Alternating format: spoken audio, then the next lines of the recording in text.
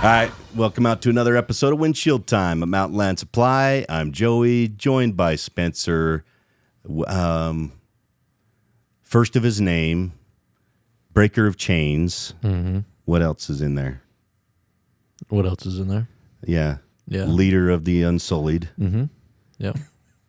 I mean, that is, I can't remember anything else as far as that goes. That's great. Okay. Welcome. Thank you. We're here with Dustin McGee again.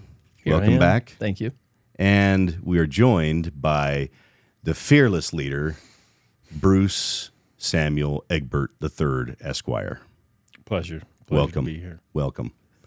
At any point, you can bust out into nerd talk as well, because today we're talking about budgets. Bruce was going to buy some green visors just to get us in the mood, because this is his favorite time of year. It's when he gets to really get his nerd on and spreadsheet his life away for the next probably 6 weeks, right? Yeah, about 6 weeks. No, we've actually started a lot earlier this year, and I have some good companions to accompany me on this journey. Dustin being one of them. Dustin and Mike, and honestly all the branch managers, all the management in general, have been huge in being involved in this process. So, Dustin, you are kind of the budget czar now, right? Yeah. Because you're taking all the budgets and putting them into focus, and then making them usable tools for all the branch managers and department managers, right? Yeah, it's a good reference tool, a performance tool. I got to throw Mike Munson in here, like Bruce was saying. He's done so much in the background. Without saying, Munson should get credit for anything that has a number on it at this company. Yeah, good point. Yeah. Yep. But wait a second. We need to stop. Okay. You want to talk nerd talk? I just want to clarify a few things. Clarification. Point of order, we need to talk. As an extremely analytical person, I'm getting stuck on this green visor comment. Oh, boy. We need to just dig deep into this. Okay. Accountants aren't nerds. Okay. This did strike a nerve. This is like talking bad about Westeros with Spencer Shorts. Yeah, we went there. Yeah, that's not nerdy a week either. or so ago, I just want to add some context into like the totem pole of life. Some color. Okay. Just actuaries are worse than accountants. Okay. Okay. So for the dum-dums in the room like myself, explain what an actuary is and what an actuary actually does. You see what I did there? That's very well done. Yeah, you're welcome. So an actuary is like an accountant on steroids. So in this particular case, they run scenarios and models. The one that we dealt with a week or so ago, very intelligent, scheduled an appointment with us for about an hour and a half. Yeah. Oh, shit. And I was sitting on there, I'm like, oh my gosh. And it's just Excel models. It's like an Excel spreadsheet with 30 different tabs, and it's all linked together. And in essence, what they're trying to do is predict the utilization of our insurance in a very analytical way. And I tried to like break the ice and crack some jokes, bring in some levity. And they don't care for that. No, not at all. And after 20 minutes, like Kim was on the call as well. We look at each other like, oh my gosh, there's an hour and 10 minutes left of this meeting. I'm so glad that you know not to invite me to those. We tried. Yeah. To invite him? Yeah. Well, I thought, I'm like, could this go well? And I'm like, probably not. No. Not going to work. Not at all. And then Kim. Fair enough. Yeah, we had some interesting conversations. So again, as we're talking about budgets, we have to keep that in mind that we aren't nerds. We're just keepers, if you will. We're keepers. I don't even know what that means. I just look keepers. at Spencer and I'm thinking about whatever we talked. We're keepers. We're protectors. Okay, I like that. Yeah, budgets a lot of times get a negative. People think about it in a negative way, and I get that. It's a great tool, though. It really is. For everybody to use to make sure that we stay on track. That's exactly it. And I think we've seen the fruits of that effort in the past year. Yeah. Because this past year has been the first time, as long as I can remember, that we had realistic budgets that were usable and that you could actually manage off of that budget. Yeah. And that's such a powerful thing we often talk about the power of this organization when you set out expectations in front of people. Yeah. This company does a great job of meeting expectations. And so that's really the whole purpose of budgets, is to say, hey, we are an ESOP company. When we drive profitability, good things happen. Share price is impacted. Ability to bonus our people increases. And so that's really the whole purpose behind budgeting, is to do those things.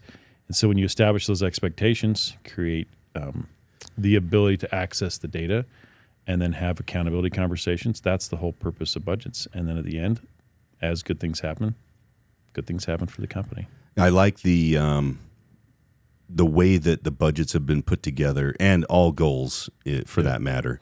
When we say that we write them SMART, I think the two first components of SMART, specific and measurable, I think those are the two most important things, because we are specific with them.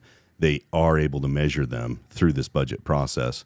And then most other things can fall into place if you are specific and you have the measurables, and I guess timeliness as well. That we can act quickly and that we can respond to them with resources if they need them quickly. Yeah. I think those are really important components of the budgets.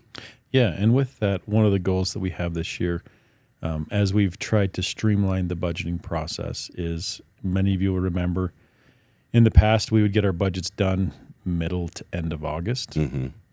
And that just created a situation where you'd start the brand new year and you'd get a month and a half in and you're like, oh, do I have my budget yet? Well, or you could be completely off. Could be completely off. Because of how, you're doing that in one of the busiest months of the year from a revenue standpoint. Mm-hmm. And if you miss it and you're just working, you're trying to put out fires like crazy in August as a manager anywhere in this company.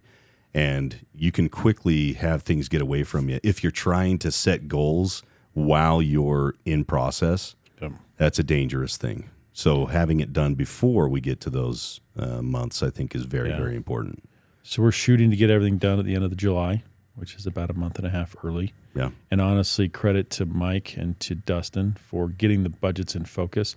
Many of us remember the painstaking process of getting it all done in Excel and the inability to review things or manipulate things. And just with the time and effort that they put into it, we can make changes on the fly and they can flow through the whole thing. And it's not this hour and a half long process of fixing things and making sure the formulas are correct and making sure it all flows correctly and ties up. It's just a whole lot better process. I couldn't be more pleased with it. Well, I think keeper of the budget. As the keeper, yes.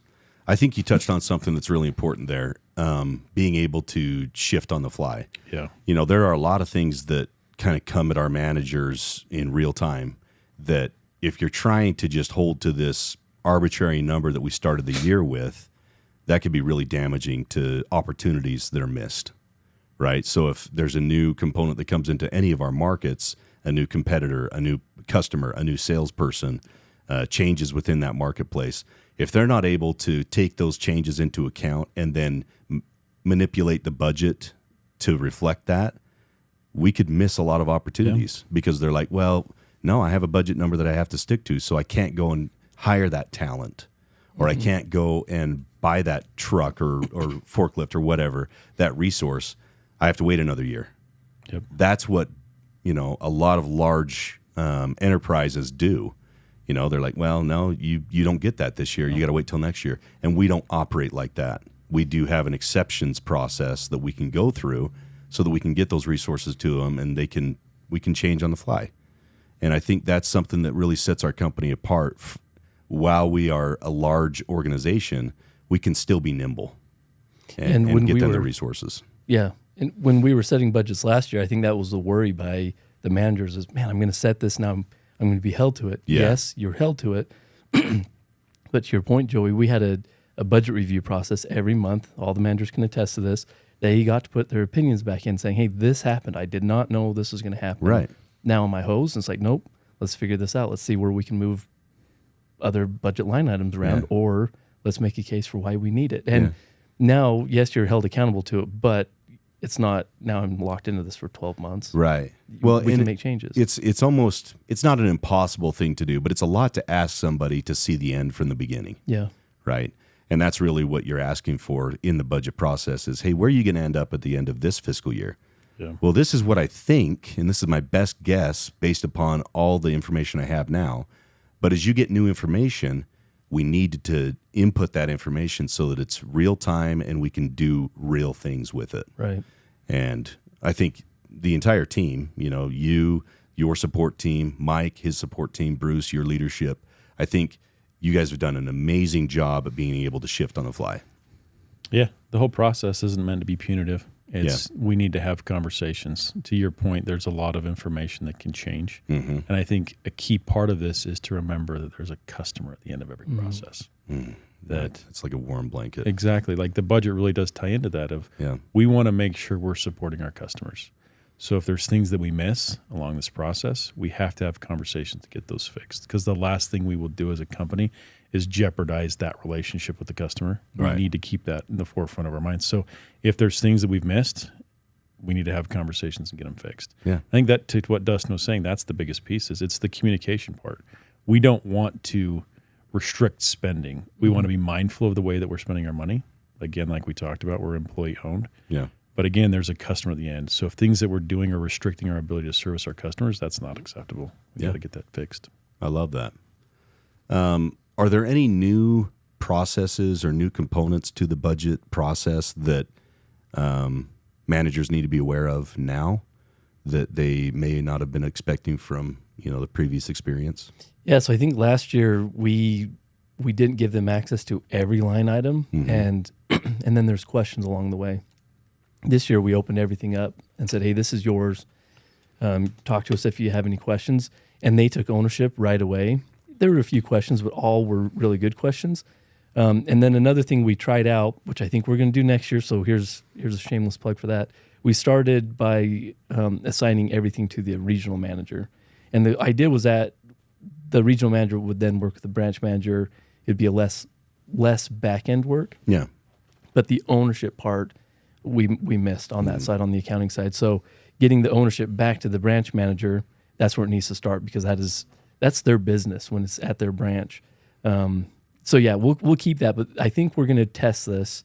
Hopefully Mike's not going to kill me on the other side of this, but anyways, we're going to test it by starting out with the director because we learned that they can then reassign to somebody else and it doesn't have to be a back end thing. Yeah. So the director then will reassign everything out to regionals down to branch manager. So when they submit, it just goes back to them and it works back up the ladder so that then finance can then review it at the end rather than all this back end reassigning and moving around. And those directors should have the autonomy to make those decisions so they don't have to escalate any further. Yeah. Good point. Yeah. That kind of goes back to your book. Yeah.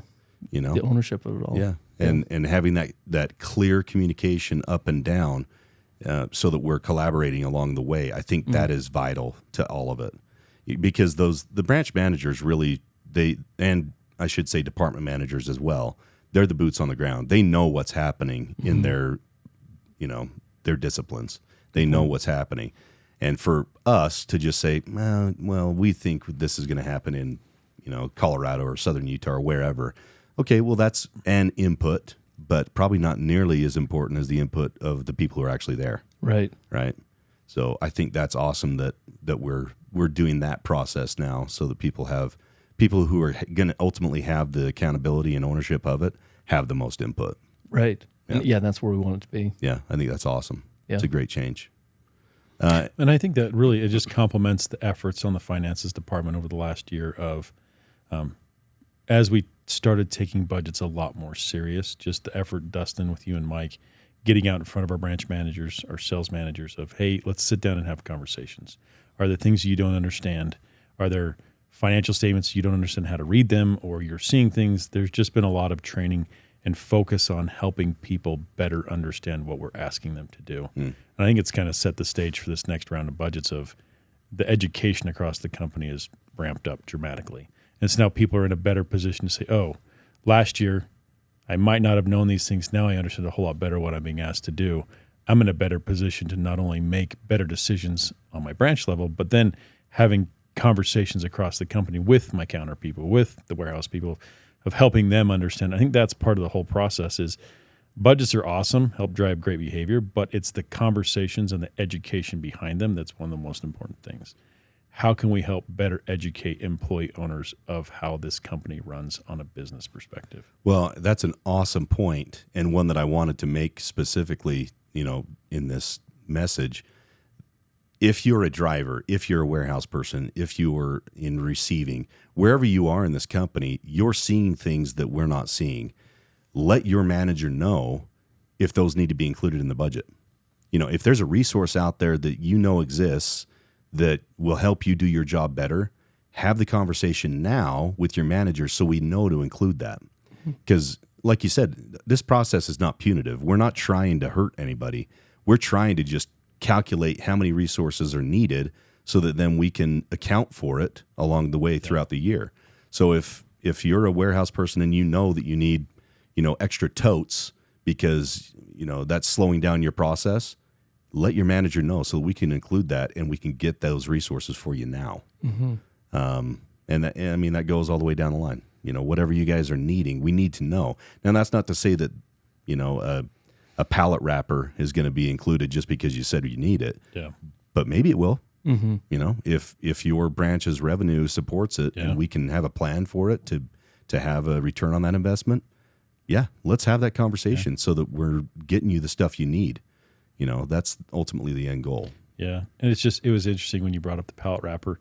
When we were doing the FFA tour in our branches, and there was a guy wrapping the pallet wrapper downstairs, Ben Mika made some interesting comments just about how many man hours that saves. Yeah. I think that's the key is if you're seeing a way for us to be more efficient, to save, and I don't want to discredit the pallet wrapper is an amazing thing, but it's just that helps us be more efficient as a company. We should all be looking for ways for us to be bigger, better, stronger, faster, all those wonderful things. Yeah. We're open to that.